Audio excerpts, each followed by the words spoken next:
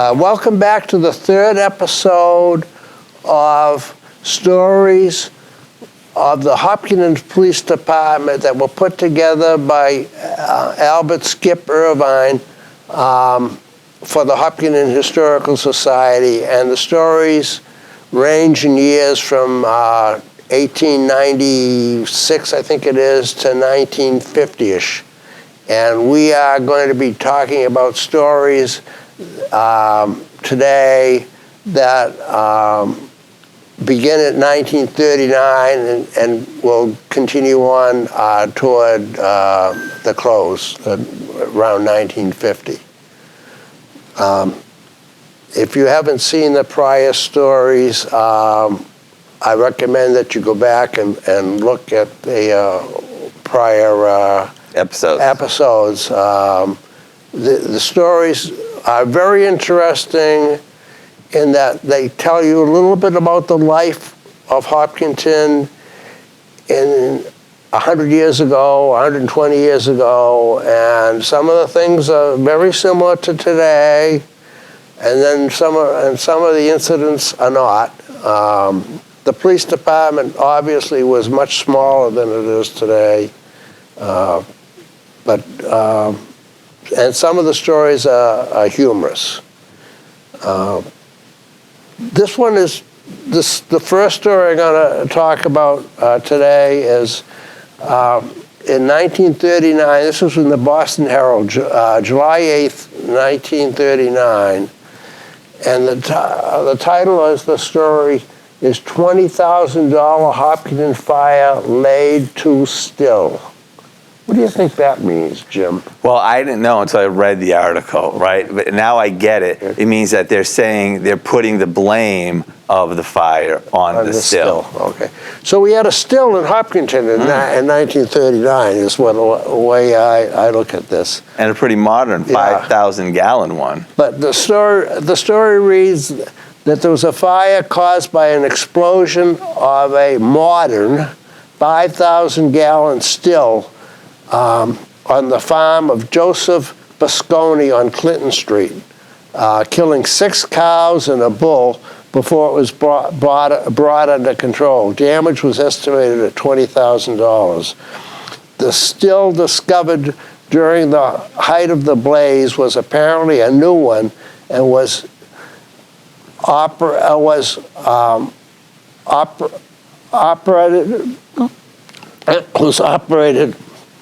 by an automatic oil burner. Besides the still, a quantity of green mash and alcohol and a number of 55-gallon drums were found. Police and fire officials started an immediate investigation. So I guess making alcohol was legal in 1939. I guess. Wow. 5,000 gallons, that's a lot. Yeah, it's a lot. So we had a little booze business going on in Hopkinton. For a little while. Yeah, for a while, yeah. That must have been a bummer for him, because that was a new one. You can see what catches my attention. The next story is in 1940. It's a Boston Globe story. Hopkinton motorist killed Upton motorcyclist killed in Hopkinton. Melvin Newton, 20 of Main Street, Upton, died at the Framingham Union Hospital shortly after falling from his motorcycle on Upton Road, Hopkinton. He suffered a fractured skull in the fall. Who was rushed to the hospital in the Hopkinton ambulance. Chief of Police Edward McManus of Hopkinton is investigating the accident. So again, we have a situation where it's Edward McManus. He's doing everything. It's a one-man operation. He's doing everything. Yeah. And we have seen this type of story in one form or another regularly, and you see it today. It's accidents. Although what you don't see is this man was rushed to the hospital in the Hopkinton police ambulance. Police ambulance, yes, that's a good catch. Oh, it's not the fire ambulance. Yeah, interesting. Yeah. It's what it says. But, you know, you can't always trust the newspaper for that, too, because we had a case of Frankland Road being called Franklin Road. Different, you know, different person entirely. But, and there's a little, you know, the newspaper, the editor or the reporter hears it and puts in, he hears the story and he writes what he hears. Right. Anyways, this next story is in 1942. It's in the Worcester Evening Gazette. This one, I think, oh, by the way, some of these stories are not going to be happy, fun-loving stories. This one is one of the ones that are not happy, fun-loving. Police seek clues in finding infant's body. The body of a female infant was found on the bank of the Hopkinton Reservoir early last evening by 3 boys who are walking in the Cedar Street district. They notified Chief of Police Edward McManus, who obtained permission from Dr. Michael Burke of Natick, medical examiner, to remove the body to the Callahan and Son Funeral Home, where it was viewed today by Dr. Burke. He said it was probable that the body may have been thrown in the reservoir last winter and had just floated to the shore. Chief McManus stated that an out-of-state automobile was seen in the vicinity recently. Police have the number and are checking up on it. The boys who discovered the body wrapped it like a bundle were Stephen Smith of Pleasant Street and Robert and Marcel Lavoie of Grove Street.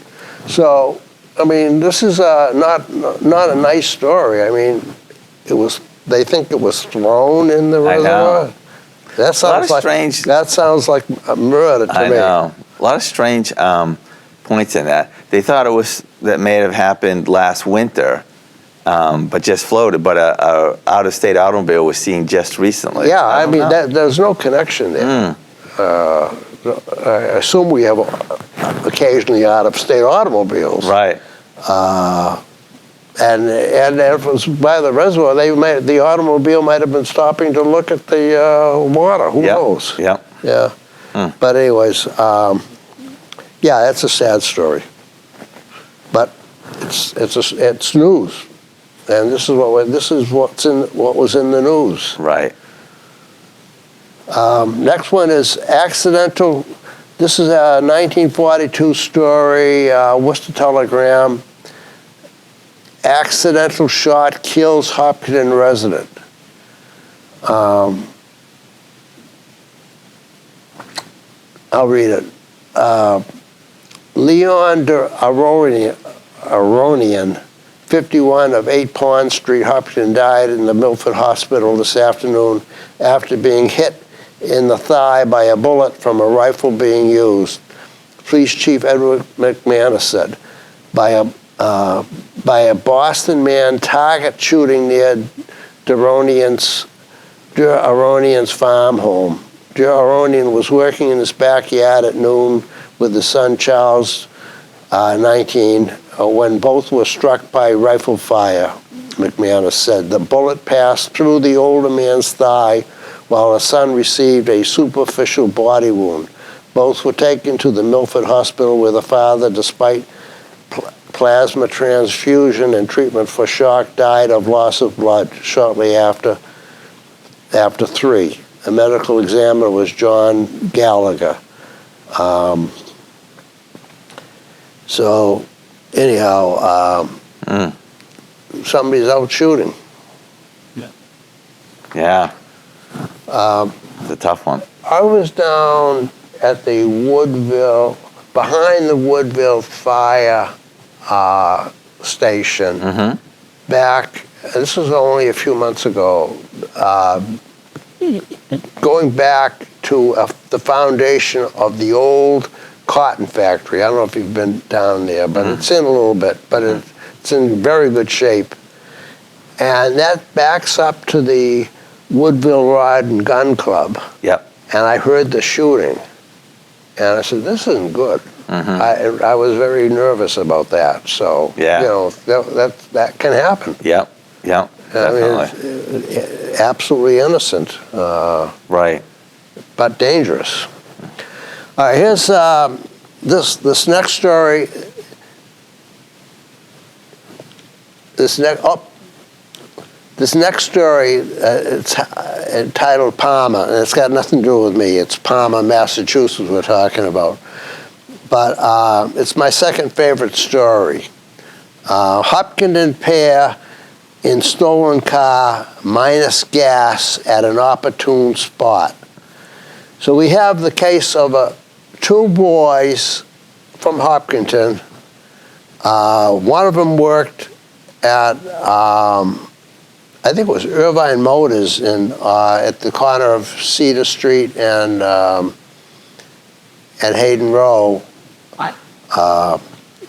And one of them worked at the auto shop there, and they had they worked on a Nash a Packard sedan, and I don't know how they ever got to it, but they decided they were going to take a trip to They wanted to take a trip to California. They're 20 years old. Okay. And they had California dreaming on their mind, I guess. So they were. They stole a car. They put in the car a rifle and a German Dirk. This takes place in 1946, so okay. I'm guessing this is a World War II pistol, the Dirk. And they put that in the back seat of the car, and off they go. And they run out of gas in Munson, Massachusetts, right in front of the Munson State Police Barracks. Wow. And they don't know what to do. They tried starting the car, but of course it was out of gas, wouldn't start. Yeah. And they said, I think our best choice is to go and give ourselves up. Wow. So they went into the state police, and apparently there was a state police officer watching this whole thing. They go in, turn themselves in, return to Hopkinton, get charged with stealing a car, carrying weapons, unregistered weapons in the car, and I don't know if the story tells what they're charged with. What kind of a sentence they got.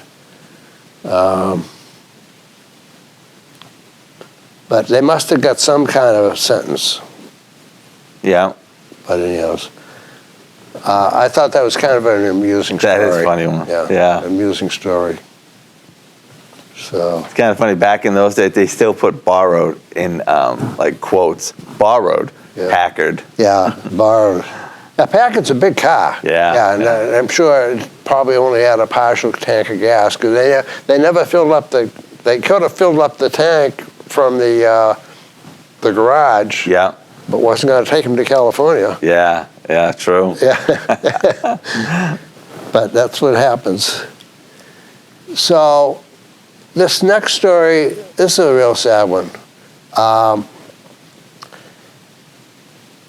The title of it is State Official's Wife, and this is a picture of the wife and child. She kills the wife and the child, and she wounds her son. So this is a picture of the wife that took her own life, and her son who she wounded. Yeah. And the 5 years old. Yeah. And this story, 5 months old. Oh. This was an extensive story. There was 3 full pages in the Boston Globe. This was in January 1948. There was 3 full pages in the Boston Globe. There was 2 pages in the Springfield Daily News. And there was one page in the Lowell Sun that covered this story. This was an active story, and part of the suicide and the shooting the son are only part of it, but the husband, the woman's husband, was a very prominent person, and I think that's what made the story news. But yeah, I'll read the version that was in the Globe.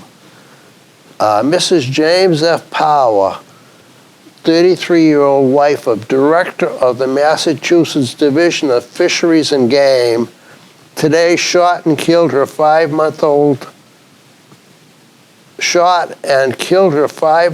daughter, critically wounded a 5-year-old son, and then took her own life. Oh, I got it mixed up. She she killed the picture we saw. The picture we saw must have been killed a 5-month-old daughter. So that must be the 5-month-old daughter. Although the picture says her 5-year-old son, James, critically wounded by his mother. Does that look like a 5-year-old? I don't think so. No, it looks like, well, anyways. So we're getting some conflicting information here, but the story goes on. Critically wounded a 5-year-old son and then took her own life, apparently in a mentally deranged condition. The tragedy took place in the Powers' attractive colonial home on Fruit Street in the Woodville section of town. Power was in Boston at the time, according to the police. The son, James Warren Powell, was taken to the Framingham Community Hospital, where physicians said he was in critical condition with a wound from a .22 caliber target pistol in his head. Score of volunteer firemen and others responded. But anyway, so, I mean, what can you say? It's just tragic. Yeah, that's all you can say. Yeah. It was too bad. But that happened. In 1949, we have a story about 2 persons killed on East Main Street when their automobile swerved from the road and struck 2 trees. Automobile accident case. Yeah. The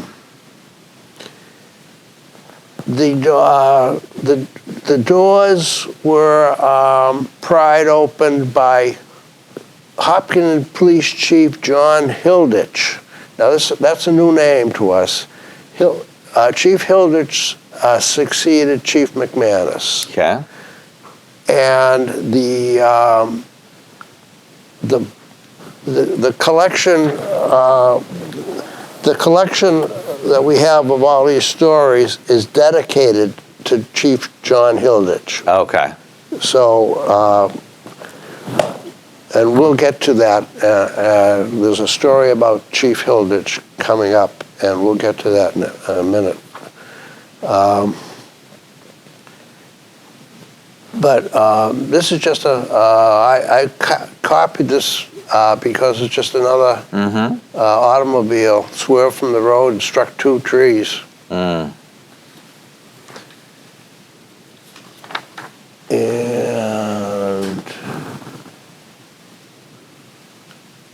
you know something?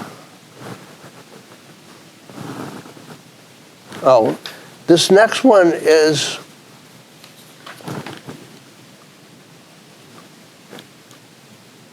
Hopkinton car hits tree, 3 hurt.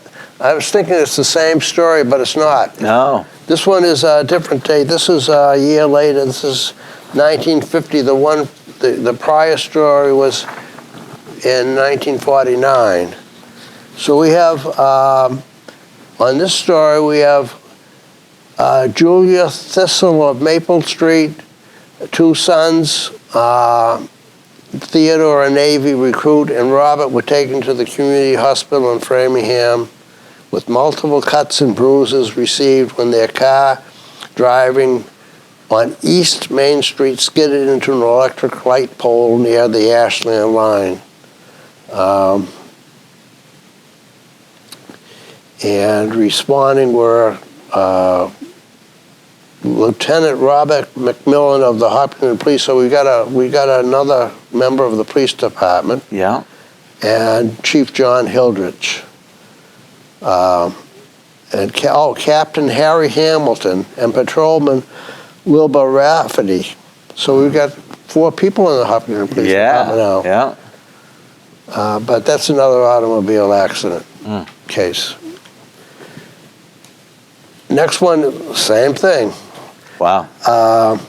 This one is 1951. Hopkinton youth killed, pal hurt in auto crash. 17-year-old youth was killed and his 18-year-old companion critically injured when their car went out of control, struck a tree on Route 135 in the Woodville section at 1:30 this morning. Pronounced dead after being extricated from the wreckage was the operator, Ralph Irvine of Walcott Street. The other youth, Robert Mullen of Church Street, sustained fractures of both hips and possible fractures of the leg and right arm. Anyways, so we have, we're in 1950, and these names are familiar names. Yeah. The Irvine name and the Mullen name. So we're getting to the time that somebody's going to know who these people. Right. Remember this news article. And just about 10 years from now, you show up on the scene. Yep. What did I do? You moved to town. Oh. 1962. Oh, I moved to town. Yeah, Yes. no, I didn't. But I didn't make the newspaper. I hope. This is in 1953. 7 Upton persons hurt, 1 critically. 7 Upton residents were injured in a collision at West Main and School Street. So that's up at the top of the hill. Early last night. James Wood, 5 months old, son of Mr. and Mrs. Norman Wood of William Street, West Upton, is on the danger list at Milford Hospital. Others injured are Beatrice Wood, mother of the infant and driver of the car, Norman Wood, sons with abdomen injuries, other Woods. Anyways, this is a bad automobile accident. Nothing new about it, other than the fact that the stories are getting into accidents. Right. In fact, instead of liquor stills and whatever. But right. Yeah. But we got one here. We're going back to this next one. Thieves ransack Hopkinton stores. We're getting back to store robberies. Those are more fun than automobile accidents and people dying. Yeah. And I got a question about this one too for you. But this is in 1954. A chain store and pharmacy on Main Street were broken into, and $60 in cash and about $1,000 in merchandise stolen early today. Today being Sunday, March 21, 1954. According to the police, the thieves first broke into a First National store. Pay attention to that, First National store, and took a large quantity of cigarettes and shopping bags. They apparently used the shopping bags to cart off cameras, razors, and costume jewelry from the Day Pharmacy 2 doors away, police said. Fred Murphy of Church Street, proprietor of the pharmacy, said that the thieves also took the money from 2 cash registers in his store. Chief Charles O. Garrison said a rear door and a window were forced open. So I have a picture of the store, which is up in the monitor now. But it's the store It's the store between Walcott. It's the store that runs beside Walcott Street.